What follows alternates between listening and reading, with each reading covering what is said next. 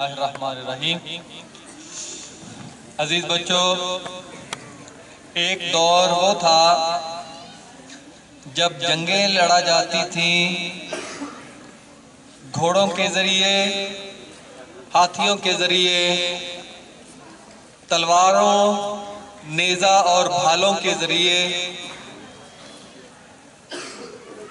دور بدلا اور یہ جنگیں جدید دور میں داخل ہوئیں، تلوار سے ہٹ کے بندوقیں آئیں اور بندوقوں کی نئی نئی شکلیں، اس کے بعد توپیں، توپوں کے بعد ٹینک اور ہوائی جہاز کے ذریعے پھینکے جانے والے بم، اور ہوائی جہاز بھی لڑاکا طیاروں کی صورت میں بننے لگے۔ اور دور پھر جدید آیا تو انسان نے ایٹم بم بنا لیا، جو ایک بہت بڑے شہر، ہمارے لاہور جیسے شہر، کراچی جیسے شہر کے لیے ایک ہی بم کافی ہوتا ہے۔ سارے شہر کو تباہ کرنے کے لیے لاکھوں اور کروڑوں لوگ دیکھتے ہی دیکھتے لقمہ اجل بن جاتے ہیں۔ اس دور کے ساتھ ساتھ اور زیادہ طریقے اور جدید طریقے آ گئے جنگ لڑنے کے، ہتھیار تیار کرنے کے۔ یہ بم، عام بم جو ہوتا ہے وہ کیمیائی ہتھیار کہلاتا ہے۔ کیمیائی مادہ اس کے اندر ہوتا ہے اور وہ مادہ پھٹتا ہے تو بہت زیادہ نقصان کرتا ہے۔ اس کے بعد ایک نیوکلیائی ہتھیار، جوہری ہتھیار، اس میں جو ایٹم کے اندر، ایٹم کو چیر کے اس کے اندر جو مرکزہ ہے اس میں سے توانائی نکالی جاتی ہے، اور وہ اتنی توانائی ہوتی ہے جب اکٹھی ہوتی ہے تو وہ توانائی ایک پورے شہر کو آنے واحد میں تباہ و برباد کر دیتی ہے، ایٹم بم کی صورت میں۔ اس کے بعد پھر ہائیڈروجن بم بنا۔ ہائیڈروجن بم کا عمل یہ ہمارے سورج میں ہو رہا ہے۔ ہر لمحہ کروڑوں اربوں ہائیڈروجن بم پھٹتے ہیں جن سے توانائی اور حرارت ہم تک پہنچتی ہے، دنیا کو ملتی ہے۔ وہ اس سے بھی زیادہ خطرناک ہے، اس سے بھی زیادہ طاقتور بم ہے۔ یہ جو عمل ہے کیمیائی عمل کے بعد جوہری، اور اس کے بعد پھر ہائیڈروجن بم کا فیوژن ریاکشن، عمل ائتلاف، عمل انضمام، ضم ہونے کا عمل۔ دو چھوٹے مرکزے ضم ہو کر ایک بڑا مرکزہ بناتے ہیں۔ سورج میں دو ہائیڈروجن کے مرکزے مل کر ضم ہو کے ہیلیم کا مرکزہ بناتے ہیں اور ساتھ بہت زیادہ توانائی نکلتی ہے۔ یہ تیسری قسم کی خطرناک ترین ہتھیار ہے، سب سے زیادہ طاقتور۔ ابھی تک ہائیڈروجن بم سے زیادہ طاقتور بم دریافت نہیں ہو سکا، اور یہ ملکوں کو تباہ کرنے کے لیے کافی ہوتا ہے۔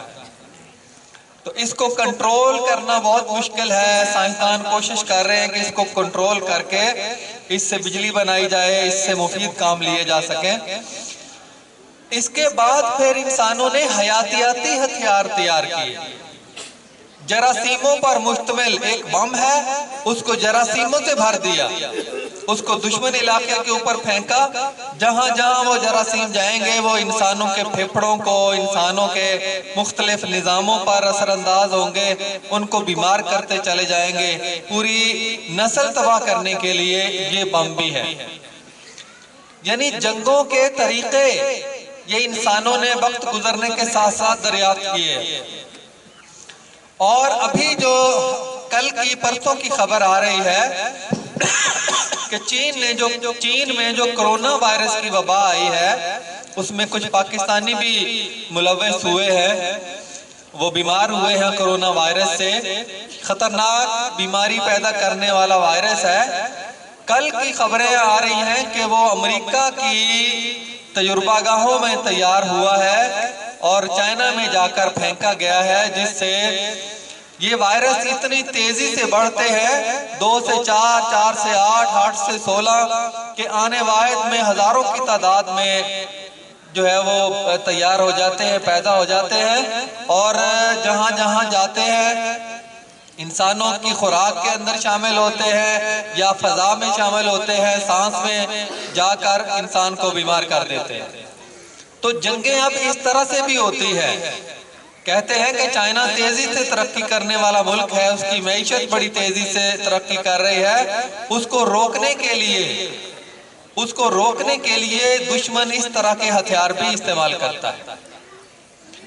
میرا کہنے کا مقصد یہ معاشی ہتھیار بھی ہے کہ قوموں کے نظام اس طرح سے تبدیل کرنا، نظام کو اس طرح سے جکڑ لینا کہ وہ قوم ترقی کرنا بند کر دے، وہ بھکاری بن جائے، مختلف نظاموں پر اثر انداز ہو کر جو دشمن قومیں ہیں اپنے دشمن ملکوں کو تباہ کرتی ہیں۔ جیسے ہمارے نظام تعلیم کو مختلف نظاموں کو تباہ کیا گیا ہے، ہم گزشتہ کئی سالوں سے تنزلی کی طرف جا رہے ہیں، ترقی کی طرف جانے کی بجائے۔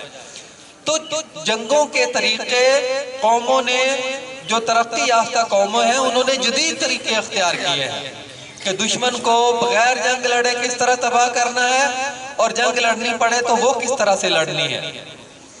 تو میں کہنے کا مطلب یہ ہے کہ جو قرآن نے کہا وَآئِتُوا لَهُمْ مَسْتَطَعْتُم مِّن قُوَّةٍ، ہمیں حکم دیا کہ تم قوت دشمن کے مقابلے میں قوت جمع کر کے رکھو، اتنی کہ وہ ہیبت کھائے، کہ دشمن خوف زدہ ہو جائے، یعنی دشمن سے برتر طاقت ہمارے پاس ہونی چاہیے۔